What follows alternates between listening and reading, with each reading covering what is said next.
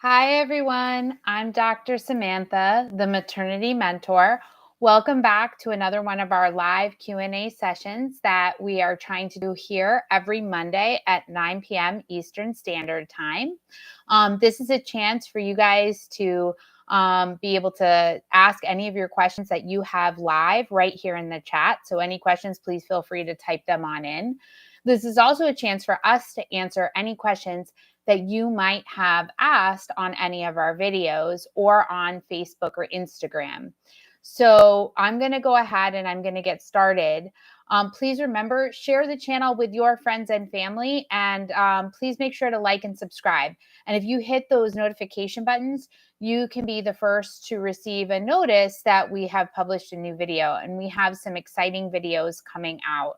So I'm going to go ahead and get started with some of this week's questions. So our first question this week is about bleeding. So I am 7 weeks pregnant and I have been having brown discharge for the past 2 days. I have checked with a pregnancy strip and it has been positive 4 times. And now even in the scan, the child is not visible. Please give me good advice. So, bleeding is one of our number one questions. And actually, we have a couple good videos on bleeding during pregnancy. And they're very popular because this is one of the biggest fears that most women have when they are pregnant. So, we think about bleeding and pregnancy, and we consider that to be a bad thing. And really, you shouldn't be bleeding unless you're in labor.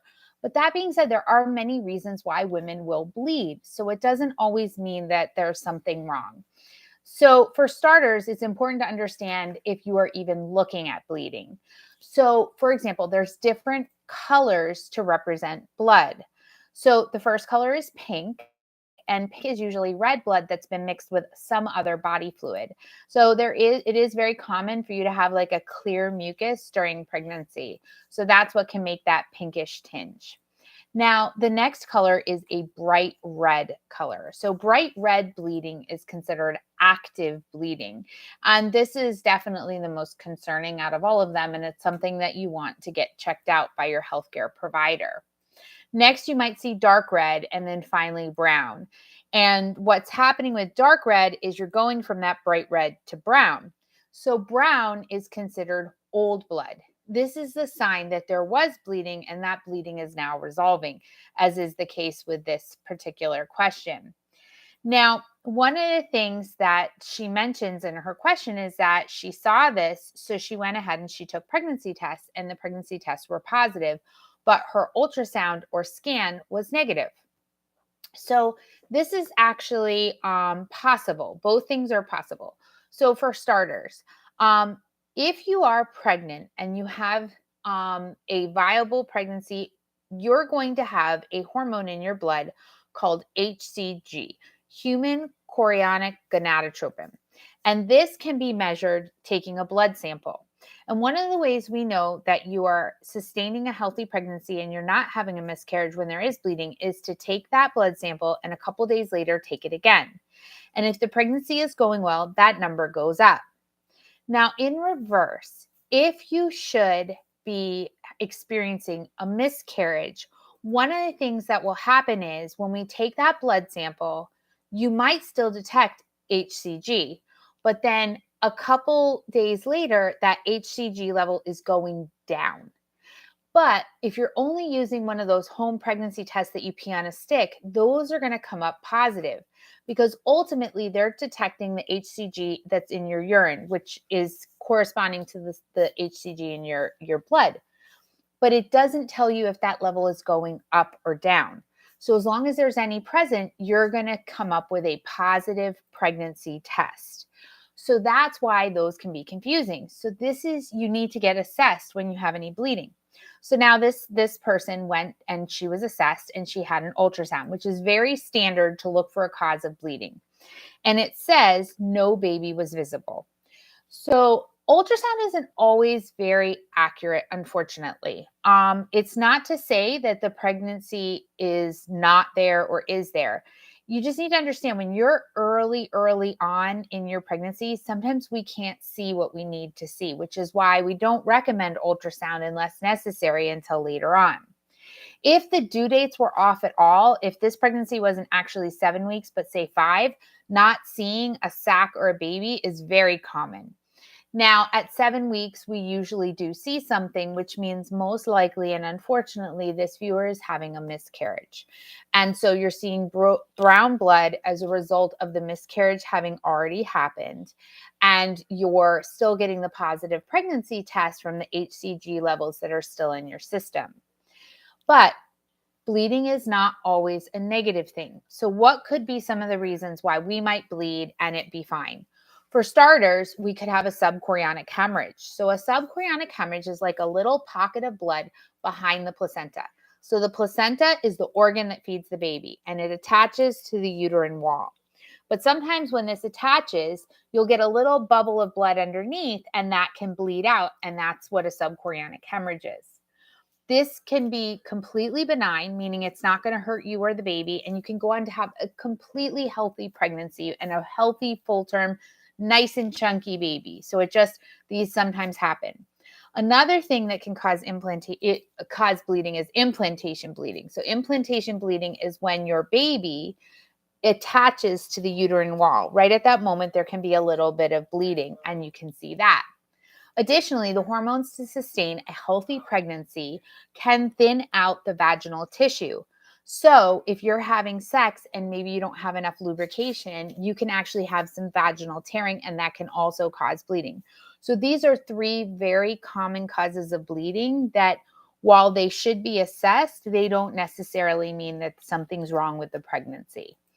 So bottom line, make sure that you always, always, always get yourself checked out if you see any bleeding. Okay. Hi, Tammy. Thank you for joining us. So that was a good question. And I really do find that I get a lot of questions about bleeding. Now, we had a question about urinary tract infections. So I'm 5 weeks pregnant and I'm having all the symptoms of a urinary tract infection, but the test showed negative. Is it possible that my pee was too diluted to show anything? So, urinary tract infections are one of the most common infections a pregnant woman will experience. Women in general tend to have urinary tract infections a lot. So, a urinary tract infection is basically an infection of the bladder. So, what you have is you have your vagina, and right above your vagina is a little hole called the urethra, and this is where your pee comes out. And the urethra is a little tiny tube that goes up to the bladder, and it's very short.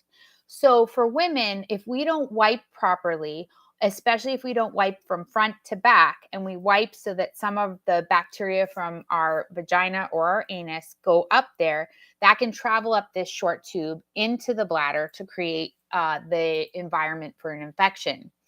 When you're pregnant, you have a baby pressing down on that bladder. So sometimes you can't always empty the bladder fully, which leaves a little bit of urine behind, and that urine can grow bacteria into an infection, thus a urinary tract infection. So urinary tract infections, usually what you'll find is somebody feels like they need to go to the bathroom over and over and over again. You go, you pee, you get back to your chair, and you already feel like you have to pee again. There's also usually burning associated with that peeing, and oftentimes the urine will be cloudy or it will smell funny. Okay, these are classic signs.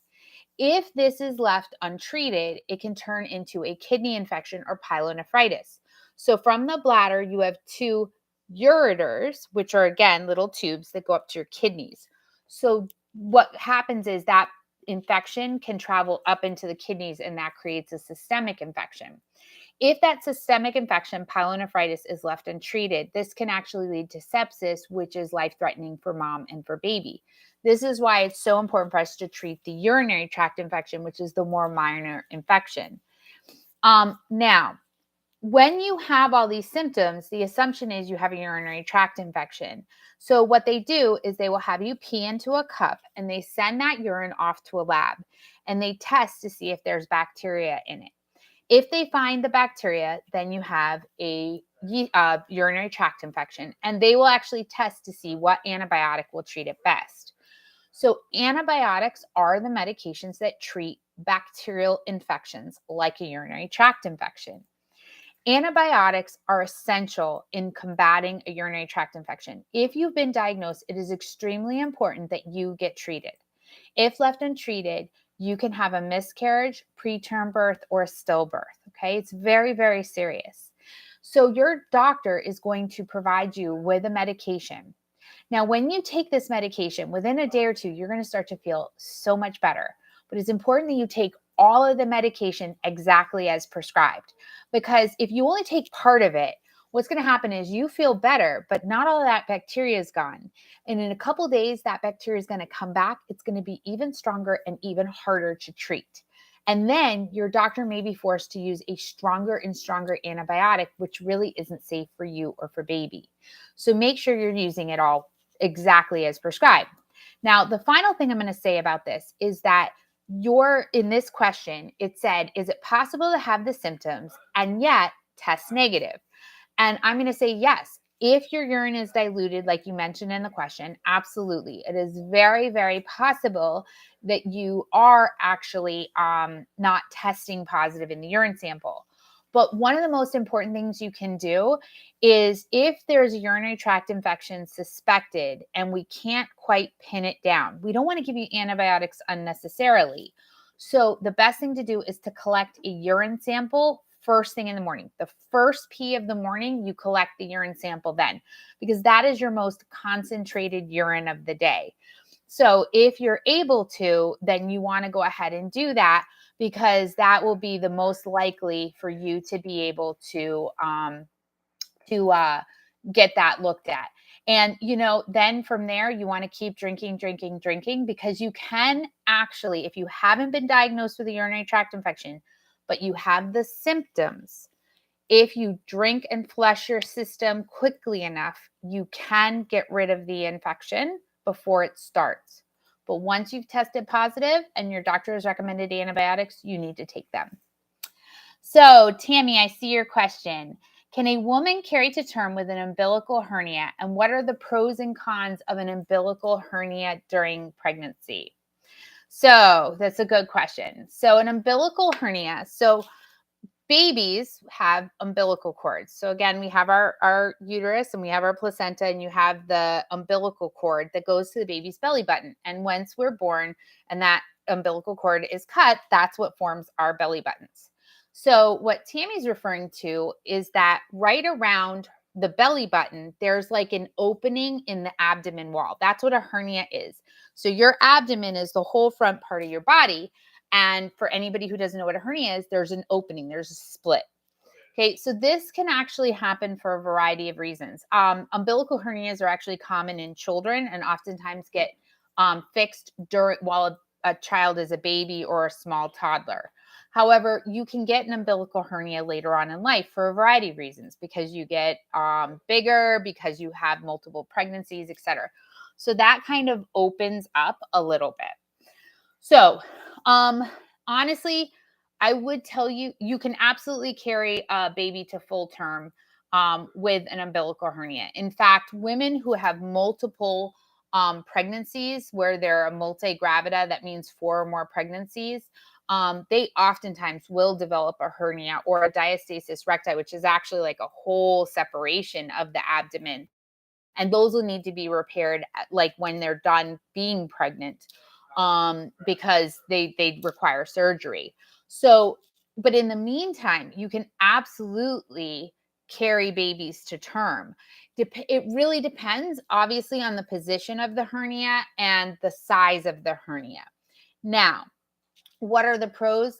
I'm going to go with there's probably not any specific pros, okay? Because the cons are that you run the risk with a very heavy pregnancy that it could open up more, which of course leads to pain. With any hernia, whether you are pregnant or not, there is always a risk of a piece of organ coming through and it becomes a prolapse, and that can be a medical emergency. But it does depend on whether you are going to get, like, if your hernia is complete or if it's partial. So some people have kind of like what's a partial hernia, where the tissue is opening, but there's still a little bit left kind of over. It's not a complete opening. Now, When I say complete, I mean your abdomen underneath your skin, not, of course, outside of your skin. So if it's kind of still tiny and forming, you probably shouldn't have any problems. Now, what I would tell you is, Tammy, you want to have your OBGYN refer you to a maternal fetal medicine physician. These are the high risk doctors that take care of women with complications. An umbilical hernia probably isn't going to be a huge deal. You'll probably meet with a doctor like this. They're probably going to do an exam, a little ultrasound, and they're probably going to send you on your way. And they'll tell you if you get a lot more pain, if, this is happening with the baby, we might want to see you back. But other than that, they're probably going to say, have a great pregnancy and not see you again. But I always advocate, if you have anything going on in your pregnancy, anything that's kind of abnormal, ask to get in with those maternal fetal medicine doctors. Because honestly, if any complication gets more serious, they're the ones who are going to be taking care of you. And it's nice to meet them when there's nothing going on. Okay. Now, if you are not pregnant yet and you have an umbilical hernia, I would encourage you to meet with a surgeon. Okay. So everybody's hernia is different, and there's a lot of factors that go into whether that hernia could worsen or not. So you want to meet with a surgeon pre-conception to find out the status of your hernia and what the rest of your abdomen looks like. If you end up with a diastasis recti, which is the true separation of your abdominal muscles, that is a significant surgery. It is painful. It affects the entire core of your body. It can leave you having trouble losing weight after birth and getting back your shape. So you might lose 30 pounds and still look like you're fully pregnant because your belly isn't put back together. So it's not necessarily that it's life-threatening, but it is something that you would want to have that knowledge ahead of time to understand how to take care of it. Now, the final thing is that I have seen is some women will use those back brace oh my gosh, I'm forgetting, like a belly band, right? To kind of hold everything in place. Do not do that unless your doctor has advised you to do so. So if you don't know the exact position of your umbilical hernia, I know umbilical means belly button, but sometimes it's kind of near the belly button, or it's kind of going south of the belly button. Like, unless you know exactly how that's situated and what it's doing, a belly band may actually be worse. Okay. So you want to make sure you very carefully use those. They're fantastic for a lot of things, but you want to, make sure you've gotten approval. So that's a great question, Tammy. And that's actually a very good video idea. So I might do a video on that. Hi, Gabriella. So can you get the Tdap vaccine before 28 weeks? So generally speaking, they don't necessarily want you to do that. And it kind of depends on what is in your area. Like, if you're in the US, it's usually recommended between 27 and 36 weeks of gestation. Okay. So yes, a little bit. However, there are reasons why you might want to get it sooner. For example, if there is a pertussis outbreak in your community. So for those of you who aren't sure or familiar with it, Tdap is the tetanus vaccine that also contains diphtheria and pertussis. Pertussis is whooping cough. Okay. So whooping cough is actually found in our communities all over. And whooping cough is it's very minor for you and I. Okay. Whooping cough, you think cough. Well, adults can get pertussis or whooping cough and have zero symptoms. You can walk around with it and you don't even know you're sick. And everybody who gets pertussis doesn't always get a cough, except for babies. So pertussis for babies can be deadly. And the Tdap vaccine, the pertussis vaccine for your baby, is a live vaccine, which means they can't get it right away. They actually have to wait until they're like 8 or 9 months old before they can receive this vaccine in order to be protected. And in my own community here in Miami, there have been babies that have died from this. So in the hospitals, they actually ask the nurses to get the Tdap vaccine. And I have gotten it for years, because if I'm protected from pertussis, I can't bring it into the babies. So now we actually recommend that you get a pertussis vaccine while you're pregnant to make sure that you don't get it and pass it on to the baby. Now, one of the things you also want to do is you want to ask all of your family members to get that pertussis vaccine, because remember, you're not the only one who's going to be around the baby. So it's just as important for as many of them to get protected as it is for you to get protected. Now, I will tell you, Gabriella, depending on the circumstance, there might be a couple reasons to get it. One, if there's an outbreak in your community. Two, if you're traveling to an area where there might be an outbreak. Three, if you're going to an area where you might not be able to get the vaccine. So there's large portions of the United States, for example, that are very barren for medical care. You can't find medical care. You have to drive hours to go get it. So in that case, it might be worth it to get it if you're in a more populous area. Also, if not planning, but if there is a real possibility you might be delivering a preterm baby. Now, the last one of the things you should know is that if you were to deliver a preterm baby, oftentimes, at least in the hospitals here in the US, you can actually ask for it and get the Tdap vaccine before you even leave the hospital. So they'll try to get that to you. Okay. But that's a great question. And, vaccines can be a very controversial subject. And I very much respect all people's opinions, but Tdap is one of those vaccines that I highly, highly advocate for, because I have seen in my own community babies die from it. So it's very serious and it's a real thing. And in this case, you cannot protect the baby with a vaccine. The baby can't get a vaccine for a long time. So the only chance you have is to protect yourself in order to prevent the baby from getting it from you. So that's a great question. Yeah, you're welcome, Gabriella. Thank you. And thank you, Tammy. Any of you who are joining us, please feel free to put any questions that you have into the chat. I'm going to keep answering some of the questions that we got this week. So I actually got a couple questions this week for dental work, and this is actually one of my favorite subjects. So the first one says, I'm 24 weeks pregnant and I need to remove my wisdom tooth. No x-rays needed, local anesthetic.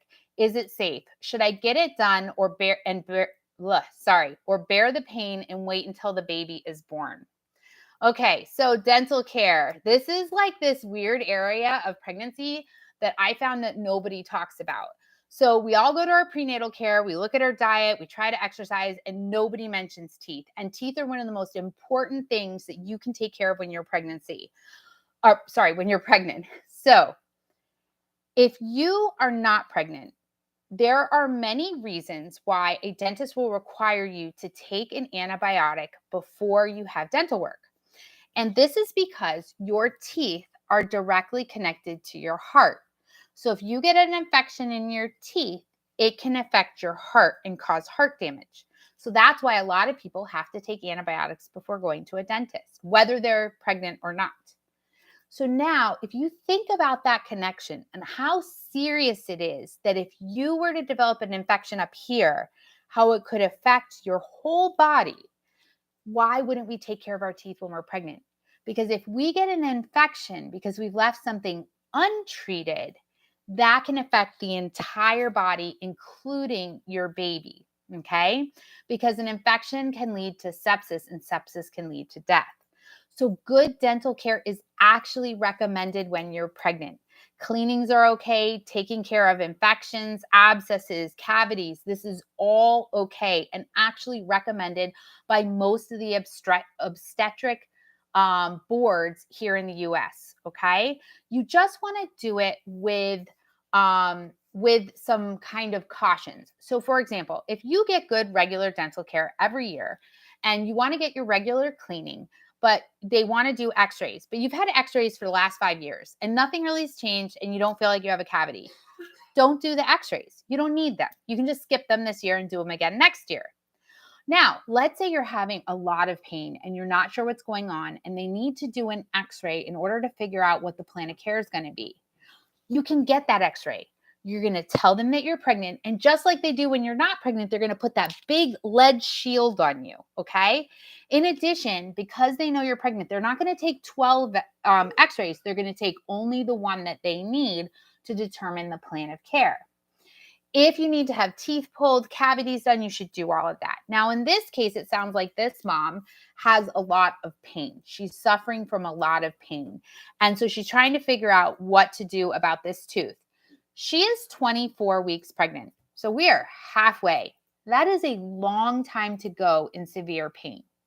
So what I can tell you is most of the pain medications are not safe for pregnancy, okay? You can take Tylenol and that's it. You can't even take ibuprofen or Motrin.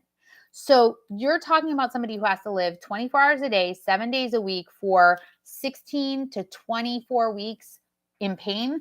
That is not good for the baby because when you're in pain, you are emitting all sorts of stress hormones. Additionally, somebody who's in pain, they can't sleep. If you can't sleep, everything starts to go out of whack. So I would work with your OBGYN to confirm that you don't have any other medical reasons why having your wisdom tooth pulled would be a big issue. I would make sure that everybody's on board with what your post care is going to be.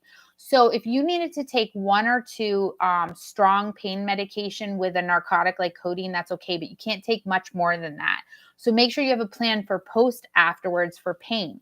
But as long as your OBGYN isn't showing you any risks, to me, that actually sounds like a pretty ideal situation because you don't need x-rays and you can use local anesthesia. Even if they had to use a little bit of anesthesia in an emergency, that would be okay. But this sounds really ideal and I think I would consider it.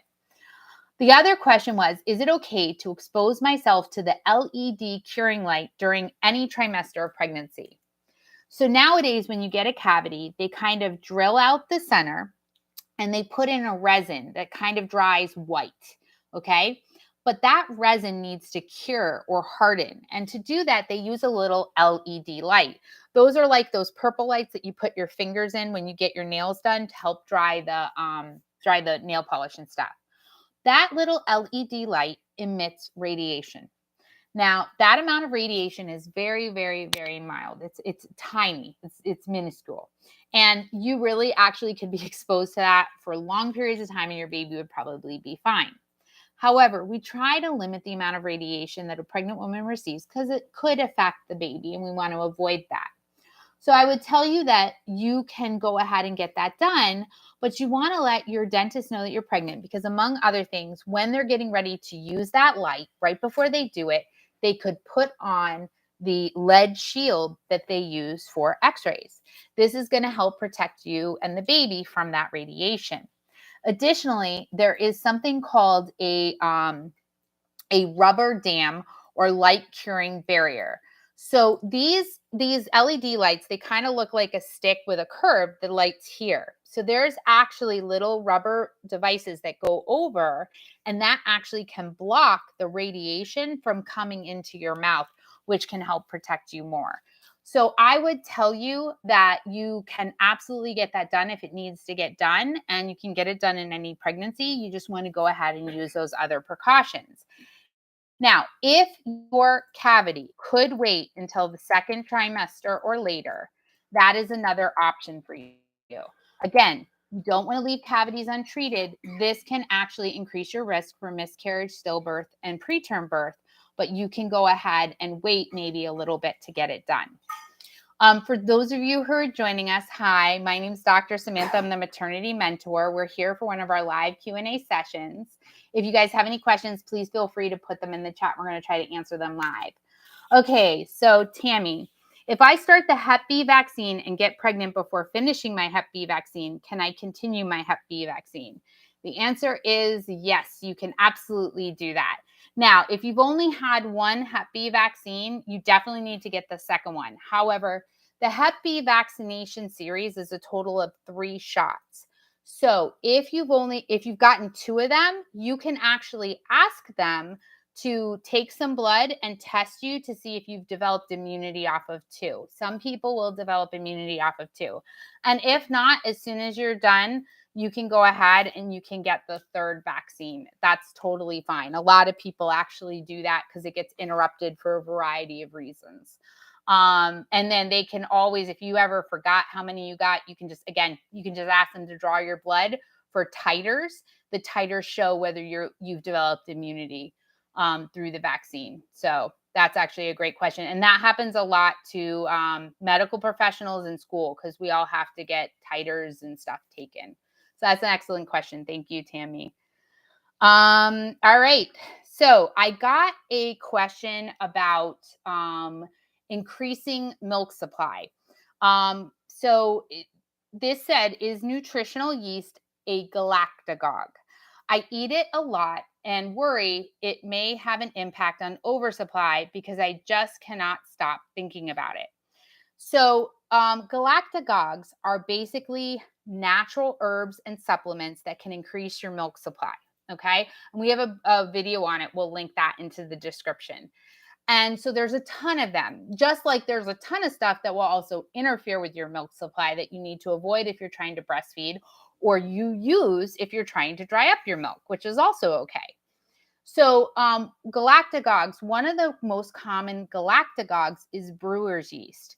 So for women who are trying to build their milk supply, it's often recommended to get lactation cookies. So lactation cookies are basically kind of like an oatmeal cookie. And in it, there's a whole bunch of different galactagogues that help increase your milk, including brewer's yeast. And these things you eat a little bit here and there. And the hope is that these natural substances will increase your milk. Over in Europe, women oftentimes will actually drink beer after birth to help build up their milk supply because it has yeast. Do not drink beer. Okay. It's not really the best way to do it, but I'm just telling you what other people do. I can also tell you, I'm here in Miami. I have a lot of women who come in with a soda called Malta, and Malta has a lot of malt in it, which is another kind of form of a yeasty type of substance. So these are things that can actually work, and they do work. Now, this person mentions nutritional yeast. And while nutritional yeast is not considered a traditional galactagogue, you can actually substitute nutritional yeast for brewer's yeast in many, many recipes. So in essence, nutritional yeast could be used as a galactagogue. It just wouldn't be as effective as brewer's yeast.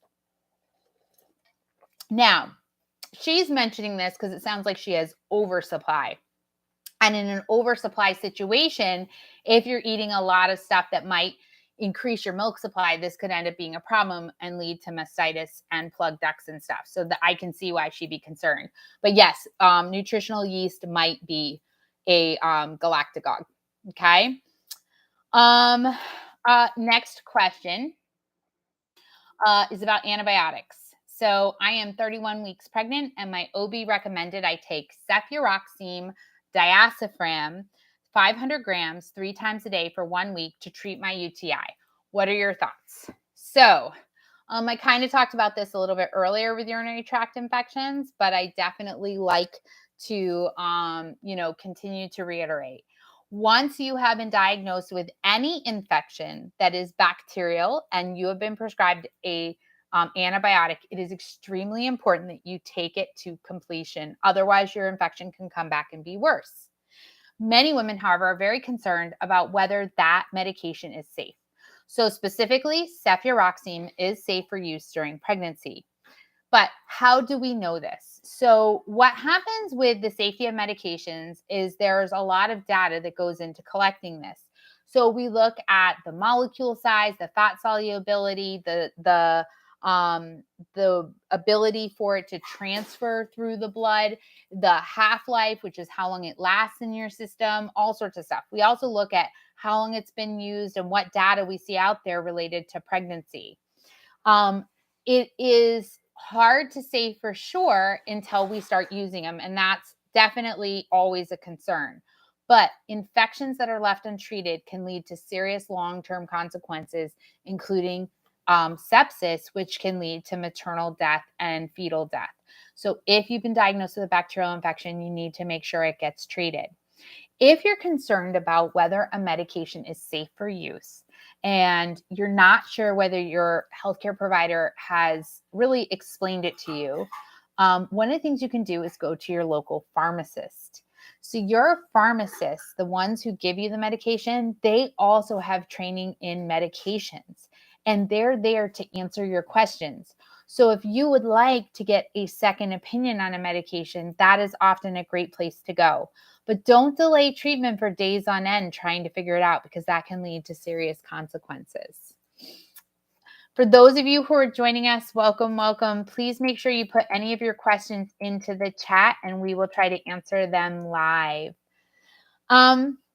So I got an interesting question on one of our newer videos. It's we just put out a video on products, waste of money, but baby products, okay? Because there are a lot of products out there that, in my opinion, are a complete waste of your money. You're never going to use them. They're just there for you to basically pay somebody else for. So one of the questions was, I'd like to ask what else to use for a baby bath if a changing table is waste of money. I was considering getting a changing table for dual purpose bathing and changing the baby. So, this was an interesting question because, I had not really thought about a changing table as the means to bathe a baby. So, assuming that we're on the same page, bathing a baby is washing the baby. And a lot of times, what you'll find is these kind of cute little plastic bathtubs that you can stick into the bathtub. So, it's a smaller tub that you put into your bathtub, and the baby just sits in that, and you fill it up with warm water. And then you just wash the baby. You don't fill up the big tub, just this little tub.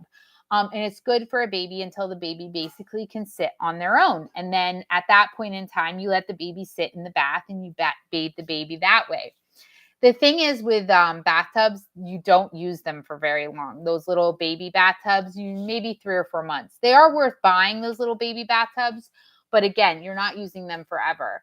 So I suppose if the changing table was a reasonable cost and was unique enough to have multiple features, it might be worth it to buy that.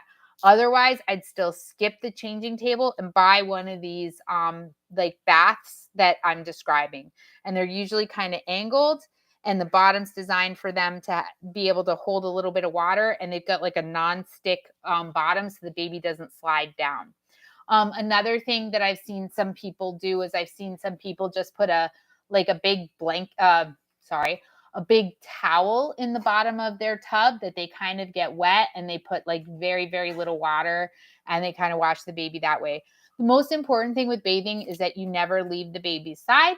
You're always watching the baby, and you never take a hand off of the baby. Okay. Hand on the baby at all times, because you can drown in less than an inch of water. That's a real thing. So as long as the baby's not able to correct themselves, meaning they can't sit up on their own or anything like that, you can't take your hands or your eyes off the baby. But it's pretty easy to bathe the baby in one of those bathtubs, those little baby bathtubs. So that's what I would recommend. All righty. We got another medication question. Is it okay to take methadone until now? My due date is August 25th. So a couple things about this question. First thing is, this is our first question from Facebook. So for any of you guys who are recommending our channel, we are also on Facebook, Instagram, and Twitter. These Q&A sessions, we are doing this based off of questions that we receive on any of the platforms. You are always welcome to answer questions live, or ask questions live, and we'll answer them. But we also try to answer the questions that we've received over the week. And so if you have friends or family, you can ask these questions anywhere, and we will bring them here live for you guys. So the question was methamphetamine with an M. I am pretty sure that the viewer meant nifedipine with an N as in Nancy. So if it was with an M as in Mary, I am not familiar with that medication, and so I cannot comment on it because it's not something I'm aware of. However, I suspect it's nifedipine, which is a beta blocker. Nope, I don't think it's a beta blocker. Sorry. It's a blood pressure medication called Procardia. So Procardia is a medication that we use during pregnancy very often. It is used often at the 30 milligram extended release where you take it once a day to control blood pressure. It is extremely safe for pregnancy. It's one of the first lines that we run to when a woman is experiencing hypertension or high blood pressure, because high blood pressure, if left untreated, can cause serious issues with your pregnancy. And it very commonly leads to preterm birth, which is never good for a baby, and we try to avoid. So nifedipine is one of our first go-tos that we try to use to get you to a later point in your pregnancy. And oftentimes we will have to add on with other medications like labetalol or hydralazine, but usually nifedipine is the first one. Now, nifedipine is also used for something else. There is an instant release nifedipine. An instant release means it lasts for a couple hours. That's 10 milligrams. And we oftentimes will also use that for preterm labor. So instant release nifedipine can stop contractions. So depending on what's going on, if you did start to have preterm birth and they were trying to get it stopped and they couldn't do it with some of the methods we usually do, like fluids or maybe magnesium, they might give you nifedipine. And depending on how you respond to it, they might even send you home with nifedipine because it can be taken every 6 hours and help with contractions. So this is a safe medication for pregnancy, and I have seen it used, and we do use it often.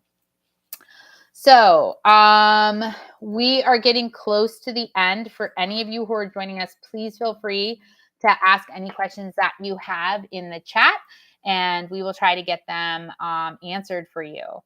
The last question I have that was submitted to us is, it came to us on our urinary tract infections video, and it said, is it okay to have cream-colored discharge when pregnant in my 3rd trimester?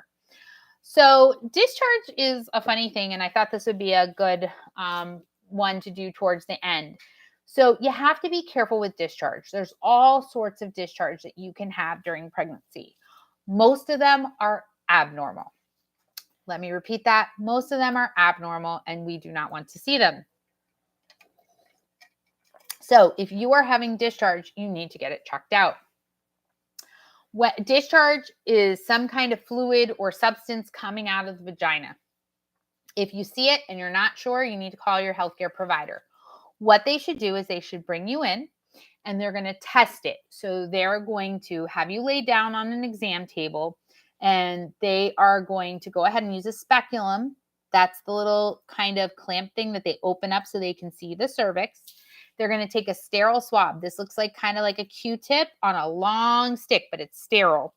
And they're going to take that and they're just going to go inside and quickly do a little rub to get some of that discharge up. And they want to go back by the cervix because they want to get a clean sample. Okay.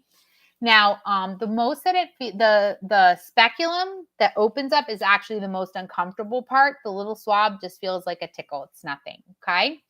So we send that off to a lab to get tested. So what are we looking for? We're looking for bacteria. We're looking for virus. We're looking for yeast. We're looking for fungus. We're looking for sperm. We're looking for amniotic fluid. And we're looking for blood. All of these things could be that discharge. Okay. It is normal to have a clear or slightly whitish discharge. Slightly whitish. That can be normal during your pregnancy. But most other things are not normal. So green, yellow, gray are usually signs of sexually transmitted diseases. Oftentimes, if you have a strong odor with your discharge, that's usually a sign of a sexually transmitted disease, and most of those get treated with antibiotics. Okay. There is the white chunky discharge. That is usually a yeast infection that gets treated with an antifungal or an anti-yeast. Now, creamy colored, hard to say, could be a yeast infection. So cream, you imagine as white with a slightly tannish color. The tan could actually be a little bit of blood. When you have a yeast infection, everything becomes really inflamed, including the cervix. And when the cervix is inflamed, it sometimes will bleed just a teeny tiny bit. Well, that teeny tiny bit mixed with some cream color or some whitish discharge could turn it to like a cream color. However, if it's left untreated, it can become really bad. It can cause issues with, preterm labor and stuff. So we want to get it treated right away. Okay. So what I would tell you is you don't want to consider any discharge normal. You want to go ahead and get it checked out by your healthcare provider to make sure that if it is abnormal, it gets treated right away. So, with that, we're almost done here. Please, if you have any questions, jump right in. Please put them into the chat. My name is Dr. Samantha. I'm the maternity mentor. I'm a psychiatric nurse practitioner who worked in labor, delivery, mother, baby, NICU, antepartum for over 13 years. I'm a lactation consultant. I'm pro formula. I've been around and done a lot of this stuff. So if you guys have any questions, please always feel free to ask. We are trying to put out new videos every week. So please share this channel with your friends and family. Follow us on Facebook, Instagram, and Twitter for additional content. Like the videos, subscribe to the channel. Please subscribe to the channel. It really helps us out. And hit the notification button so you can get notified when our latest content is going to come out. And actually, we have a very exciting video coming out tomorrow on C-sections, the types of C-sections that you might see, as well as the types of incisions. So please check that out tomorrow. How long, hi Tess, how long can it take for periods postpartum to regulate if breastfeeding? You're not going to like the answer to this. The answer is it depends on a lot of stuff. So unfortunately, every woman's body is a little different on that ability to regulate. The hormones related to making milk fluctuate as a baby goes through growth spurts, and you need to produce a little bit more milk, which can affect it. Generally speaking, 3 to 4 months. That's usually when a woman will see that it's regulated out. I encourage people to track it extensively because when periods are not regular, you can actually be ovulating irregularly and can get pregnant, which can interfere with everything. Because for the women who ask all the times about bleeding, which is a very common question we get, one of the things that can happen is you can actually have a regular period and be pregnant. So when it comes to your breastfeeding and postpartum and getting your periods back, oftentimes one of the things that needs to happen is you need to really track to see what the pattern is. It's hard to say for sure. 3 to 4 months is what I would say. I wish I could say better. Some women, they're lucky. It's just instantaneously. And other women, it can be all over the place. Because there's other factors, like if your thyroid's affected or stuff like that. I'm sorry, that's a terrible answer. But it is the truth. I would tell you that if you have started your period and it really isn't regulating by month 4, I would recommend that you reach out to your OBGYN to see if they want to do any blood work just to make sure your hormone levels are fine. And of course, if you go for any amount of time over, I would say like 5 days over when you're expecting it to happen, always take a pregnancy test. There are women who bleed every single month that looks like a period and they are pregnant. So that does also happen as well, just so everybody knows. So that was a great question. Thanks for asking it, Tess. For any of you guys who are still on, I appreciate you joining me. If there's anything else, please jump right in. We look forward to seeing you. Remember, we are here on Mondays at 9 p.m. Eastern Standard Time, answering all the questions that you've submitted this week on our videos on Facebook and on Instagram. Please also don't hesitate on any videos. If there is something that you want to see, if there's a video that you would like to request, please, please, please let us know. You can comment on any video and we will see it. Our waste of money baby products video was actually a direct request from a viewer in one of our live Q&A sessions. And I did it within about 2 weeks of that suggestion. So we really do listen to what you have to say.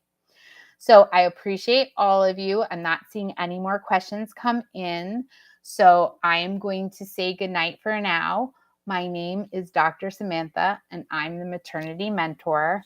And good night for now.